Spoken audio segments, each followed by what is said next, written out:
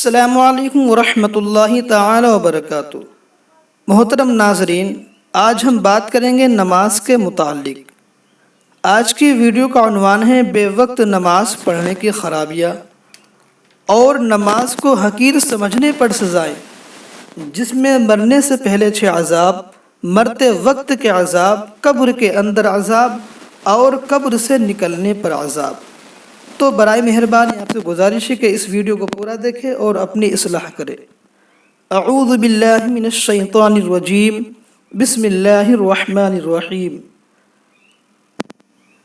اللہ تبارک و تعالی قرآن مجید میں ارشاد فرماتا ہے، فویل للمصلین الذین هم عن صلاتهم ساہون، یعنی ان نمازیوں کے لیے بڑی خرابی ہے جو اپنی نمازوں سے غافل رہتے ہیں۔ حضرت عبداللہ بن عباس رضی اللہ تعالی عنہما نے فرمایا، خدا کی قسم نمازیوں کی خرابی کی وجہ یہ ہے کہ انہوں نے اپنی نمازوں کو ان کے اوقات ٹال کر پڑھا۔ اس سے مراد بالکل چھوڑ دینا نہیں ہے۔ حضرت سعد رضی اللہ تعالی عنہ نے فرمایا کہ میں نے حضور صلی اللہ علیہ وسلم سے ہم عن صلاتہم ساہون کا مطلب پوچھا تو آپ صلی اللہ علیہ وسلم نے فرمایا، وہ وقت سے دیر کر کے نماز پڑھتے ہیں۔ حضرت برا بن عازب رضی اللہ تعالی عنہ نے اضاعوا الصلاۃ واتبعوا الشہوات فسوف یلقون غیا، اس آیت کریمہ میں لفظ غیا کے بارے میں فرمایا کہ غیا جہنم کی ایک وادی ہے۔ حضرت عبداللہ بن عباس رضی اللہ تعالی عنہما فرماتے ہیں کہ اس میں وہی لوگ جائیں گے جنہوں نے اپنی نمازوں کے اوقات کھو دیے، یعنی اپنی نمازوں کو ان کے اوقات میں ادا نہیں کیا، یعنی دیر کر کے نماز پڑھی۔ حضرت عبداللہ بن عمر بن عاص رضی اللہ تعالی عنہ نے فرمایا کہ ایک روز رسول اللہ صلی اللہ علیہ وسلم نے نماز کا ذکر فرمایا اور ارشاد کیا کہ جو نماز کی نگہداشت کرے گا اس کے لیے نماز نور اور حجت اور قیامت کے دن نجات کا ذریعہ ہوگی، اور جو اس کی نگہداشت نہیں کرے گا اس کے لیے نماز نہ نور ہوگی، نہ حجت، نہ دوزخ سے نجات کا ذریعہ ہوگی۔ وہ دوزخ میں فرعون اور ابی بن خلف کے ساتھ ہوگا۔ اللہ اکبر۔ اب آئیے جانتے ہیں نماز کو حقیر سمجھنے پر سزائیں۔ حضرت حارث رضی اللہ تعالی عنہ نے حضرت علی بن ابی طالب رضی اللہ تعالی عنہ سے روایت کی ہے کہ رسول اکرم صلی اللہ علیہ وسلم نے فرمایا، جو شخص نماز کو حقیر سمجھے گا اللہ تعالیٰ اسے 15 سزائیں دے گا۔ اللہ اکبر۔ 6 قسم کے عذاب مرنے سے پہلے، 3 مرتے وقت، 3 قبر میں اور 3 قبر سے نکلتے وقت۔ تو آئیے جانتے ہیں مرنے سے پہلے 6 عذاب۔